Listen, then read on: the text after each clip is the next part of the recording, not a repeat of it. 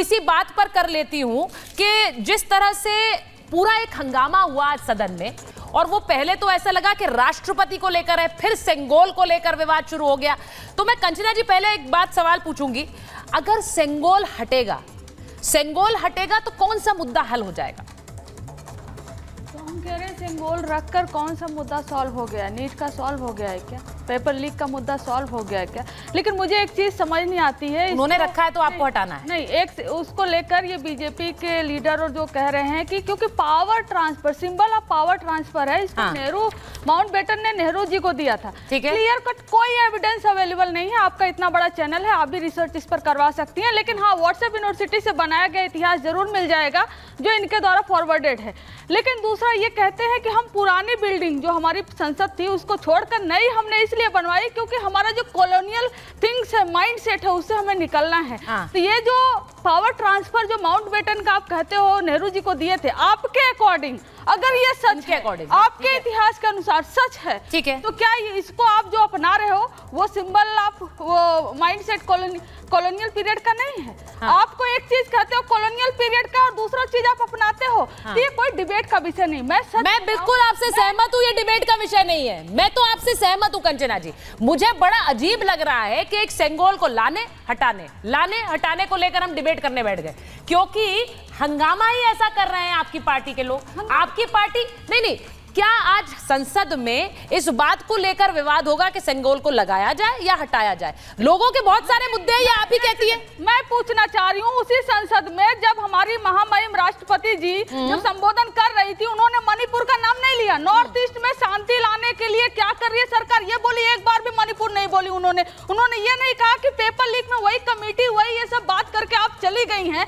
हर channel पे आप लोग को मैं सलाम करती हूँ कि हर चैनल पे कोई न कोई हर रोज मुद्दा उठाकर ऐसा लग रहा है कि जांच एजेंसी आप ही लोग हो, आप लोग लेकर आ रहे हो, लेकिन सरकार के कान पर जूं तक नहीं रेंग रही है कि वो ये चीज मान ले कि पेपर लीक इतने बड़े स्कैम, इतना बड़ा फ्रॉड हुआ है और इसको रीनीट करवाए, इसको कैंसिल करवाए। वहां पर बिहार में गिरफ्तारी भी हुई, सारे एविडेंस और सबूत यहाँ पर आपके टेलीविजन पे अवेलेबल है हर जगह, लेकिन सरकार को कोई फर्क नहीं पड़ता। बताइए सब मुद्दा क्या सरकार को फर्क नहीं पड़ता है? राष्ट्रपति जी इसको अपने संबोधन में क्यों नहीं डाली? वो मैं के शर्मा जी के पास जा रही हूं, करके चली गई।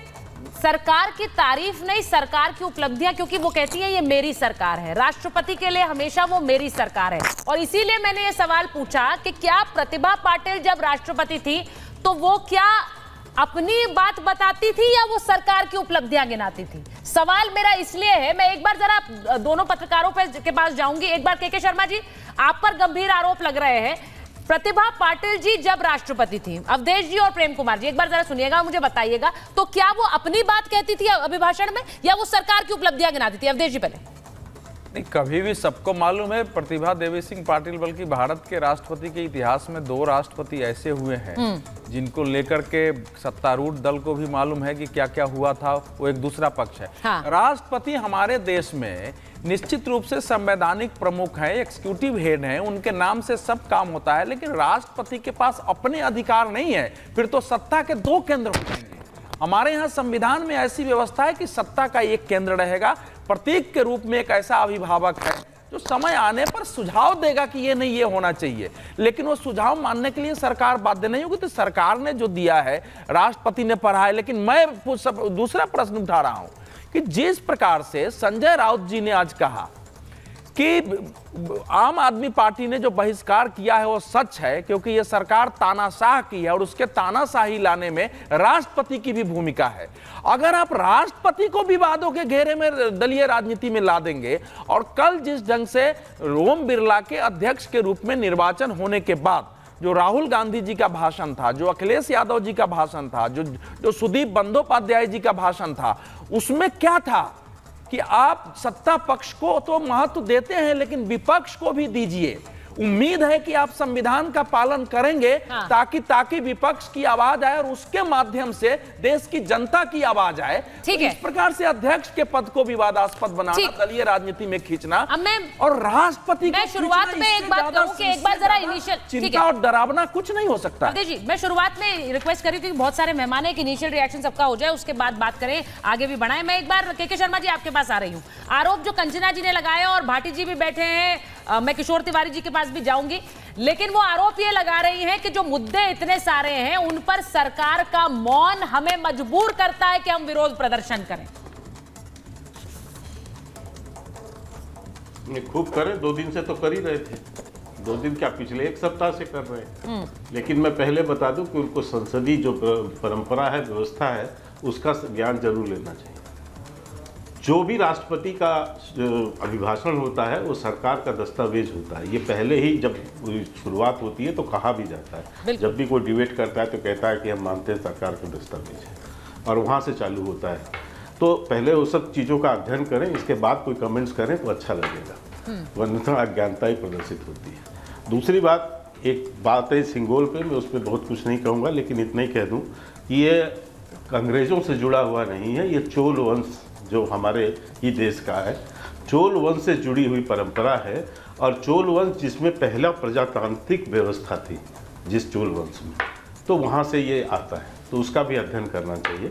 लेकिन मैं 2 बात कहता हूँ कि जो 4-5 दिन से इस देश के अंदर एक चल रहा है, और कल 2 दिन से जो सदन प्रारंभ हुआ, सुचिता जी, उसमें 3 बातें निकल कर आई बड़ी स्पष्टता से जी।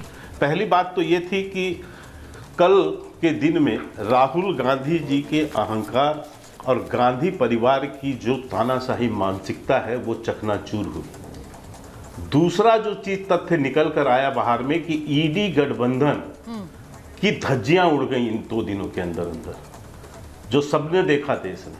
और तीसरी बात ये निकल के आई कि पहली बार राहुल गांधी जो एलओपी बने वो पूरी तरह से असफल हुए, और 2-2 बार एक दिन में पराजय का उनको सामना करना पड़ा। आप स्थिति ये समझें कि पहले इन्होंने अपने कैंडिडेट को वोट तक ये ले गए, स्पीकर के उसमें वोटिंग तक हुई, जिसका आज ये कह रहे हैं कि नहीं हमने तो भाईचारा के कारण से वोटिंग नहीं, डिवीजन नहीं कराया। ध्वनि मत से जब मोशन मूव हो जाता है पार्लियामेंट के सदन के अंदर, और उसमें ध्वनि मत से जब भेद होता है तो वो वोटिंग की ही प्रक्रिया है। हाँ, कोई डिवीजन मांगे तो उसके बाद फिर वोटिंग आती है, जिससे भाग खड़ी हुई विपक्ष, क्योंकि यदि वो वोटिंग कराते तो उनकी कलई खुल जाती कि उनका गठबंधन इतना छिन्न भिन्न था, जो बाहर बाद में तृणमूल कांग्रेस के बयान से दिखता है, जेएमएम के बयान से दिखता है। और दूसरी बार जब आपातकाल पर वहां पर प्रस्ताव पर, एक बात कह दूं बस, इसके बाद स्पीकर का उम्मीदवार एक संदेश देने के लिए उतारा, उनको पता था उनके पास। नहीं, ये संदेश ऐसे नहीं होता है सुचेता जी। आप कैंडिडेट खड़ा करके वापस ले लेते तो भी संदेश होता। ये तो इतिहास में दर्ज होगा कि ये वोटिंग हुई वहां पर तो वोटिंग हुई है। कौन कह सकता है वहां वोटिंग नहीं हुई? स्पीकर का चुनाव वोट से हुआ वहां पर। आपकी बात सही है। भले वो ध्वनि मत से हो, ये रिकॉर्ड हो गया कि भाई स्पीकर के पद के लिए आप वोटिंग कराने की हिम्मत होना चाहिए, सहमति होनी चाहिए। ठीक है, मैंने आपकी बात मान ली। मैं एक बार जरा भाटी जी के पास जा रही हूँ। तो वो बात तो इन्होंने किया ही। हाँ, आपने